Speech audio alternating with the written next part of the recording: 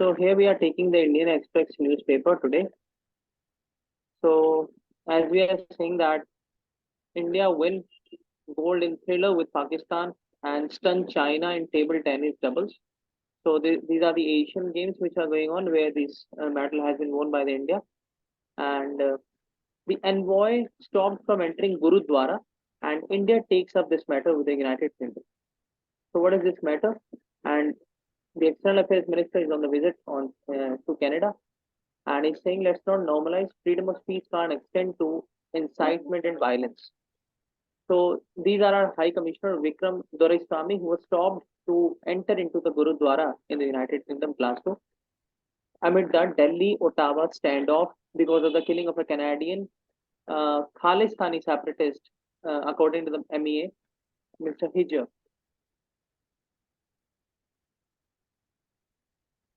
So such kind of incidences puts a dent on the image of these religious associations, which are um, not actually allowing the relations to get settled soon. And now the government is to take actions. So let's see what actually they do in this case.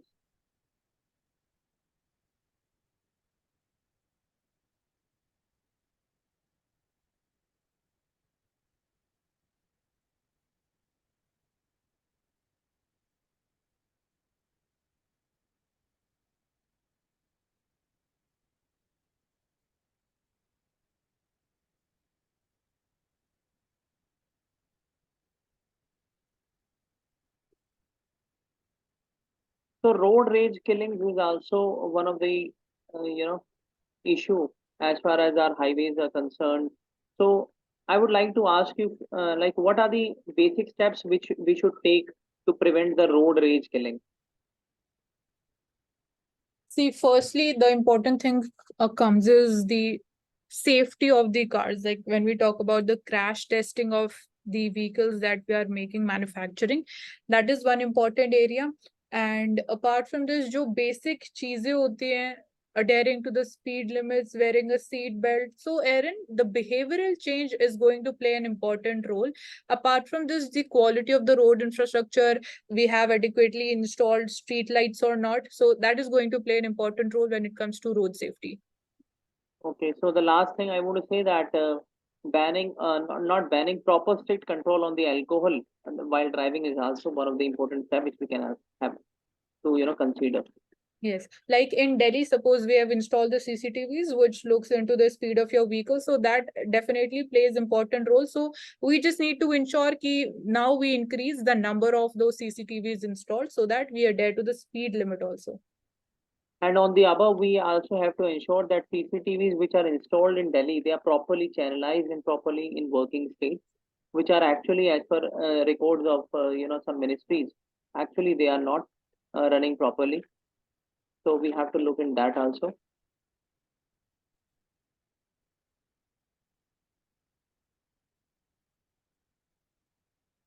So these are the few steps which the executive agencies usually take. National Lok Adalat to provide out of the court mediation and out of the court justice to the people in the pecuniary interest and pecuniary cases. So these are the some initiatives under the Lok Adalat which are usually taken by the agencies. And I'm not able to see the screen, like it is slowly scrolling down. So it is like lagging. Okay, so which article you are able to see now? I'm on page number 2. Page number 2. I'm on 4. So I'm waiting. Slowly loading, yeah.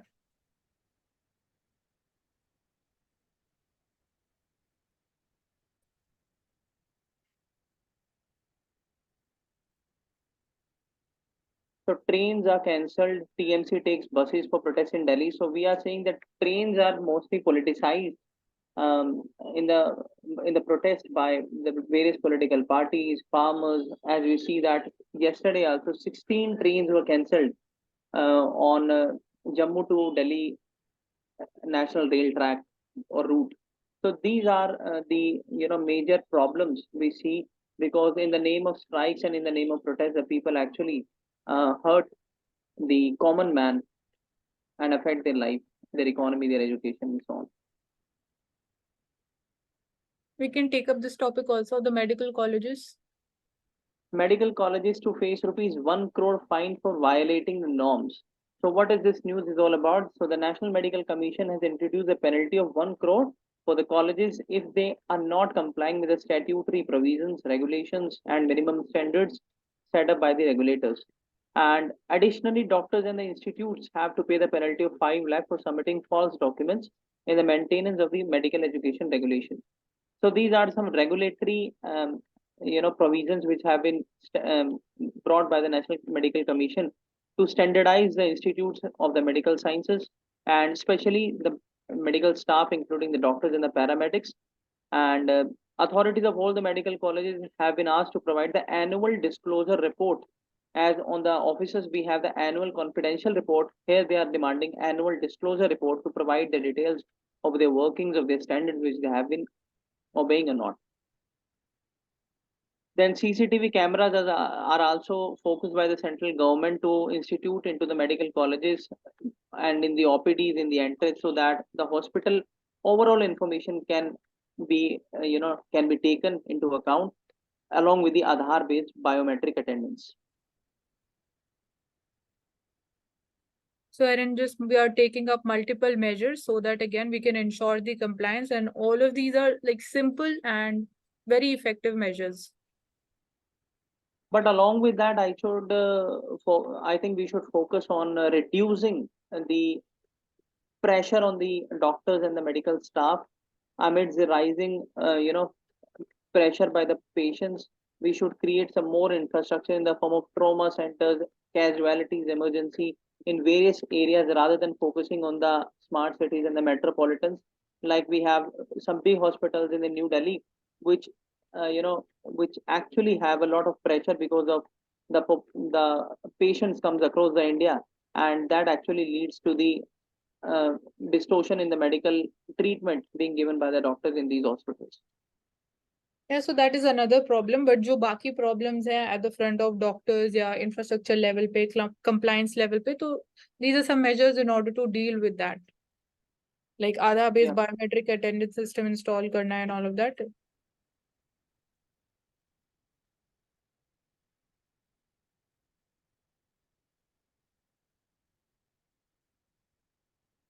So NIA says that Bangladesh Myanmar terror groups abetting Manipur clashes. So they, according to the National Investigation Authority, this authority was created in 2008 after the terror strikes in India, and it is having the specialized and technical officers who actually deal with the militancy, insurgency, and the extremism related to the terrorism and the organized crimes.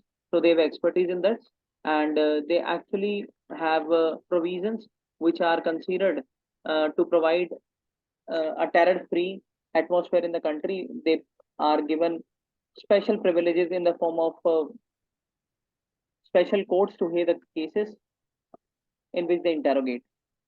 So according to them, there are some interest of these areas in the Manipur clashes.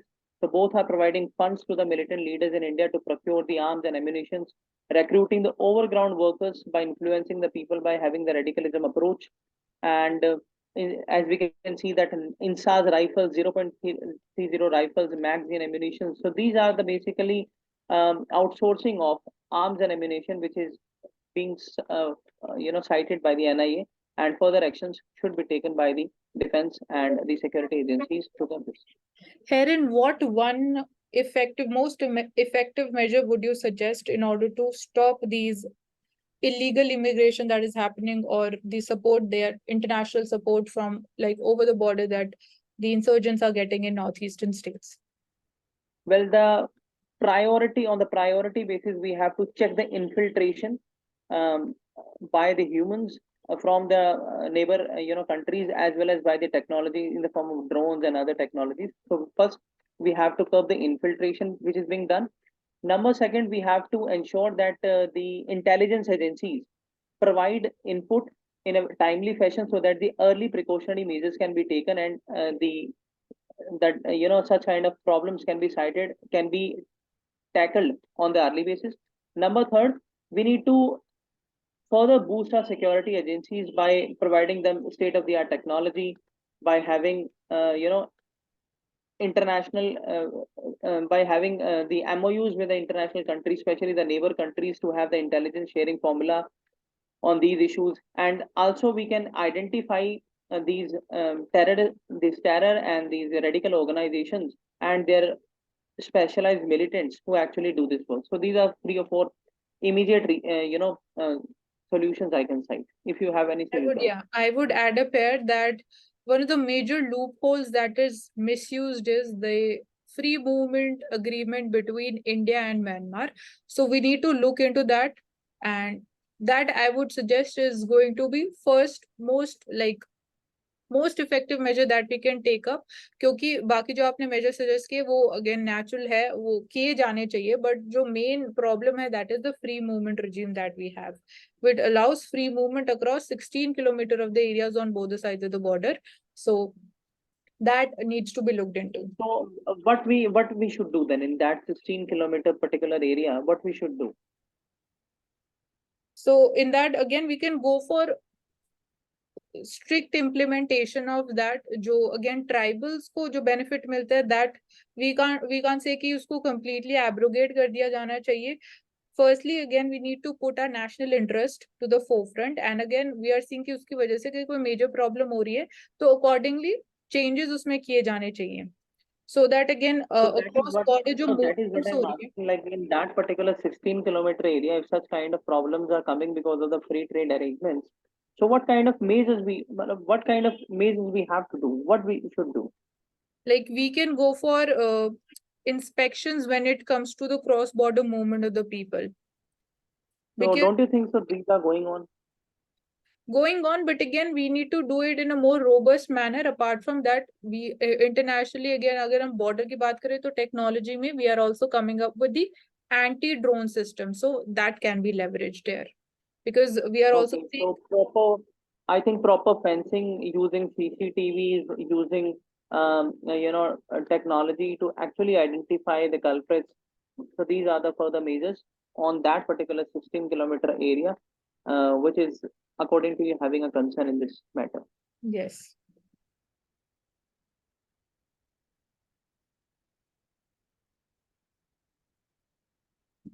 So Aditya L1 exits Earth spheres of influence. This is an information has been cited by the ISRO, which is a space agency of India. So what is the matter is that Aditya L1, L1 is a Lagrange 1 point. Now left the so this mission Aditya L1 has left the Earth sphere of influence region up to which our planet gravitational pull can impact the satellite. So in this matter, what is important is one is L1 point. So L1 point lies at only 1% of the distance between the Earth and the Sun. This point has been selected as it allows an unobstructed view of the Sun with no celestial bodies or atmospheric dust and magnetic fields causing any hindrances. So basically, this point is very much significant as far as the scientific innovation and researches are concerned, especially in the space.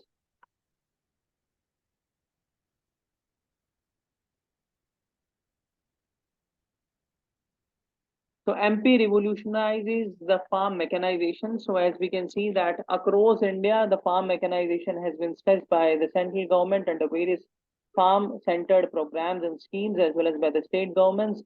We are having the hiring centers for their help. Then we have what the MP has emerged as a wheat state of India, which is very much a good indicator as far as the agriculture productivity and agriculture strength is concerned, and it is having 45% shares in the India's wheat export in the international sphere. Agri malls are being set up in the mandi complexes. So in the mandi complexes, we have number of problems like logistic costs, then corruption in the mandi. So along with that, we are coming with a new initiatives like agri malls, where the farmers will be having the logistics facilities with the AC and air conditioning so that the products do not get wasted, and the fast moving goods also can be saved, can be properly kept there to have a better prices for the farmers, and farmers to have direct access farm inputs at fair prices. Gwalior is to have India's first aeroponic technology lab for the virus-free potato. What is aeroponics? Aeroponics is a food technology where the plants are grown without having without basic necessity, without basic ingredients as we saw in other crops, and it is usually done in having a distance with the soil. So this technology lab is the first technology lab which has been set up in the state of MP, and especially in the district Gwalior, for providing virus-free potato. And MP is also having major share in the India's export of millets and International Year of Millets, which was celebrated recently on the premise of India at the United Nations also. So we are focusing on food productivity, food security, and these kind of initiatives and these kind of innovative steps are definitely going to have a positive impact on the India, especially in the food and farm sector.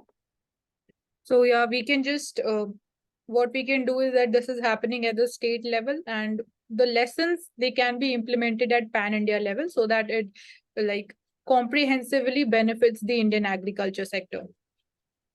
Yeah, like other areas where the government is constantly focusing is on agri trains and connecting the different areas having agriculture productivity. For an example, we have food parks, we have bio parks, we have then horticulture sector, where especially in the milk sector, the cattle care is being given under various programs, especially if we talk about the state of Haryana. So there are subsidized mechanisms for the farmers to have the cattle in their homes, and to start their livelihood on the basis of the milk. So these are the some positive steps on the grassroots level which different state governments are taking. And obviously, geographical indication tag is also providing our food products to have the international appeal and to get better returns also for the farmers. Okay, so what is your take on contract farming? So contract farming is basically a contract which is done between the corporate and the private companies and the farmers. Not a single farmer, but yeah, an association of farmers in which the seed facilities, the early weather forecasting facility, every input about the agriculture productivity is being given to the farmers by the corporate companies, and whatever they want to get from the farmers, they actually provide them uh, money also for that, so that they can grow the product. On the basis of that, they can use that raw material to provide finished products into the consumer market. But there are some concerns, is that there is no provision for the security of farmers in case the a natural calamity happens. In that case, there is no provision that the contract farm that particular contract will not be subdued by the corporate companies, because it is usually seen that farmers actually dies in the state of Maharashtra because of the contract farming, especially in the Punjab also, when they are unable to provide the companies uh, the tons of product which they were mandated into the contract. So according So to this you, is, like, how we can go forward with the implementation of contract farming in India? we should have some provisions. For an example, the natural calamity clause we should include into the contract farming contracts.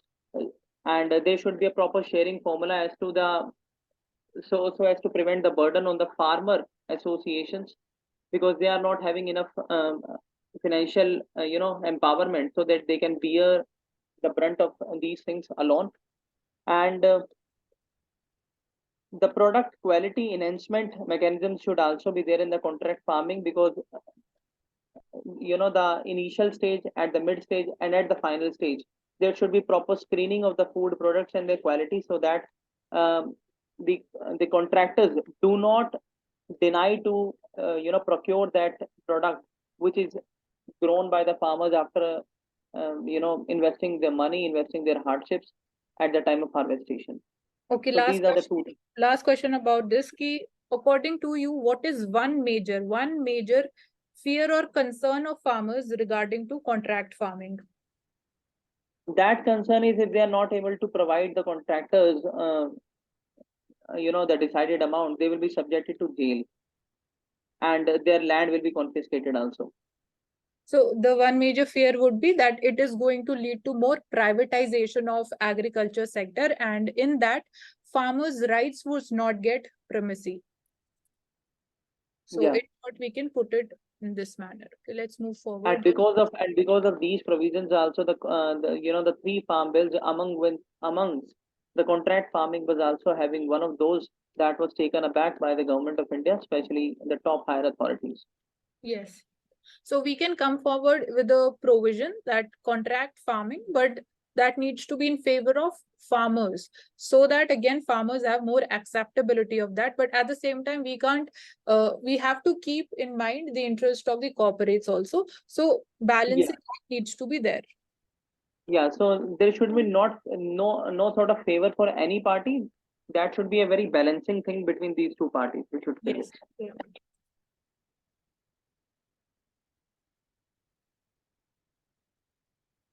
So So, in a shift closer to China, the opposition candidate projected to win Maldives presidency. So, there are some, issues which are also in this matter. That the opposition candidate appeared to head for a win in the Maldives presidential runoff. So, presidential elections are going on in the Maldives, where he's securing more than 53% of the votes. And the elections turned into a virtual referendum on which regional powers like India and China will have the biggest influence in the Indian Ocean archipelago. So rather than going into the details of the political elections of the Maldives, what we should acknowledge is that the importance of India and China as far as the Maldives affairs are concerned. So Maldives is our active partner in the trade, in the defense, and in providing us the facilities like tourism facility. So India is also having some, association with the Maldives. So So I would if like any to point, what you is can, yeah. what is the strategic importance of Maldives for India? I think that is a part of Indo-Pacific strategy of India, and Maldives is a neutral. Maldives has been a neutral and a buffer country for India as far as the China's and India's relations are concerned, because no apprehensive stance has been seen by the Maldives towards India, and yeah, That's what this much we I are can say. discussing here. कि you're saying कि no apprehensive concerns from Maldives for India, but वहाँ पे that is the major battle which is going on कि whether जो again politically win करने वाले अभी elections में whether that is going to be more favorable for India or China. So right now again जो दिख रहा है कि जो opponent है he is likely to win, likely that is again Mohammad Muiz. So it appears कि he is more favoring China, so that is again going to be a problem for India. So that's why अगर जब हम India की बात करते हैं तो हमारी जो neighborhood policy है, neighborhood first policy, उसमें again Maldives is it enjoys an important place and strategic importance as we were discussing. So उसमें if China's presence and its interactions with again development measures में मालदीव के साथ increase होते तो that is going to create a problem for India. So I think the time we are contesting in the elections, we actually mobilize the votes on the basis of these kind of statements, even at the international level also. So I don't think that such kind of statement by the Maldives opposition party leader is going to affect the India's Maldives bilateral relations as far as the strategic and the trade as well as the tourism relations are concerned. And um, as यहाँ much clearly important China is mentioned है, for Maldives, clearly it India is is also. Mohamed Muizzu stand against India. So definitely वो India Maldives ties के ऊपर भी impact करेगा. So this is going to be a thing He which we will also see. launched India Out campaign also. So it's again it would be depending upon ki who is going to win the elections. Yeah.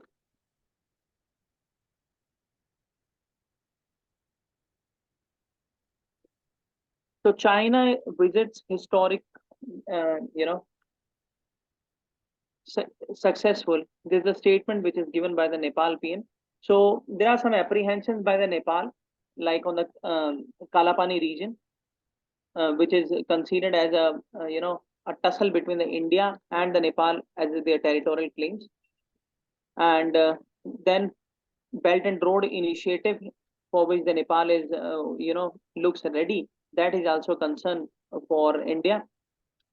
Then Nepal is considered as a buffer state for India between the India and China. And according to some political authors, there are some issues which the Nepal today have is that Nepal criticized India for having Bada brother tendency of India, which actually bring the strains in India-Nepal relations, because of which the Nepal is somehow reaching towards these times to China, like in power grid construction, Korala Pass, Musrang and Tibet along the border, so border constructions. But yes, there are some good things that Nepal for long has been a favorable country for India. If we talk in the cross-border movements of the common man, then having a secure border, then having trade, tourism relations, cultural relations. So this is gonna be a a thing which we have to So one thing that uh, is majorly visible yeah. from this visit is that Nepal is focusing more upon strengthening economic cooperation with China and not from the perspective of defense or military ties. So that sends kind of a, we can say, comfortable signal for India, because again, we were also looking at the visit and the outcomes of it. So Nepal is focusing more upon just their economic cooperation. But actually, India since the beginning. India since the beginning has its stance that actually the China is spreading its economic imperialism under which it you know subjudize the countries under its economic um, relations, and then it actually affects its strategic and defense relations also, that can be Yes, witnessed in the the country of Pakistan. that can have an indirect impact on the security as well and the political stability of Nepal as well. And ultimately, yes, India would be definitely concerned about that also. Yeah.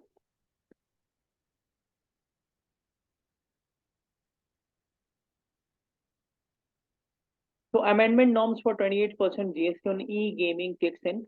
So companies raises concerns. So the gaming companies are raising concerns on this issue because the GST Council meet is gonna have the 28% GST on the e-gaming, and mandatory registration of the offshore onlining companies in India is also gonna have after this meet. The All India Gaming Federation has written to the Ministry of Finance that this is going to have some implications on the gaming industries, because they are citing that the government should actually try to reduce the GST to around 15% or to 12% rather than going for the 28% of the GST on the e-gaming. Then gaming companies are mainly located in Bangalore, Karnataka, Mumbai, Maharashtra, and this may open floodgates of unilateral actions in futures by various states in various other aspects of GST. Gaming companies going forward will be the online gaming companies be penalized for not being able to charge the appropriate GST. So I think this is gonna be a good action by the government as far as the e-gamings are concerned, because this is also having a behavioral aspect in this, because the government actually wants to um, uh, you know actually wants to focus that our youth do not get subjected addicted to the gaming, and focus on the core areas where they can actually innovate, they can produce something, and they can have a good contribution into the nation building. So I have one question. What do you think we need to tax the games of skills also, or only be restricted to games of skills, or we need to go forward with both of them? Because again, gaming industry is going to play an important part when even like talk about even the economic growth also. I didn't get your question. What do you want to ask? There are two types of games, online gaming. We're talking about online gaming industry. One is game of skills, one is games of chance. Chance is most oftenly, it involves money. So Okay. what do you think, whether we need to tax both of them or any one of them? And because gaming industry, it is a growing industry and it is going to play an important role in the economic growth also. So what is your stand on this? So my stand would be that obviously the government should have the GST on both the items, but yes, the tax slabs among on both should be differ, because of having different reasons, and because of having different applications of these two different things, as you just mentioned, game of chance and game of skill. So yeah, And GST should be levied on both, but the tax slab should differ. Okay.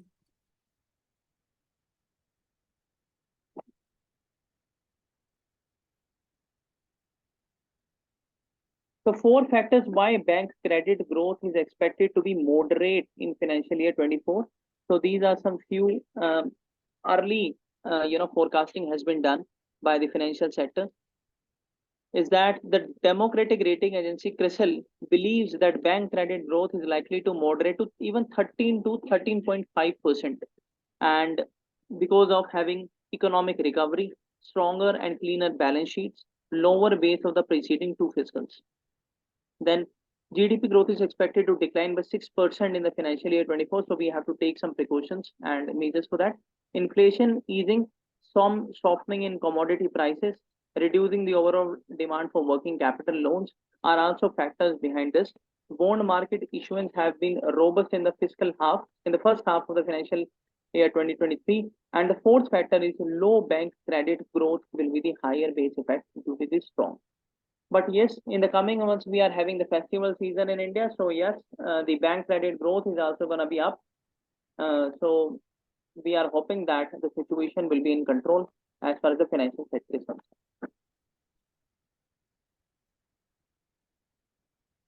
Then government has allocated 100 crore for the aspirational blocks. So on the similar patterns of the aspirational districts, we are focusing currently on the aspirational blocks where the socio-economic, political and cultural governance will be focused. The tribals will be given their mainstream society, status. The poor will be, brought up via social assistance. The women and the transgenders will be given their due rights. The education, the sports will be given their due respect. So these are different measures which will be done under the aspirational block program this year, which is having allocation of 100 crore. So what do you think are the major governance level problems at the block level? Well, number one is known accessibility of the people of the blocks to the authorities, because of which they become unaware about the socio-economic governance programs and schemes which is being started and in the process by the government. This is the number one. Number two is the illiteracy, and the hunger, the poverty, such kind of things which actually engulfs the people and do not let them to actually go out and to demand these things. Number third is the corruption, which is very much prevalent, especially in the remotest areas and in the rural areas at this level. And yeah, I mean, these are 3 or 4 reasons I can cite now. We can take into consideration the, again, skilling of the people so that, again, they have access to good employment opportunities at the block level. And apart from this, the financial devolution also needs to be looked into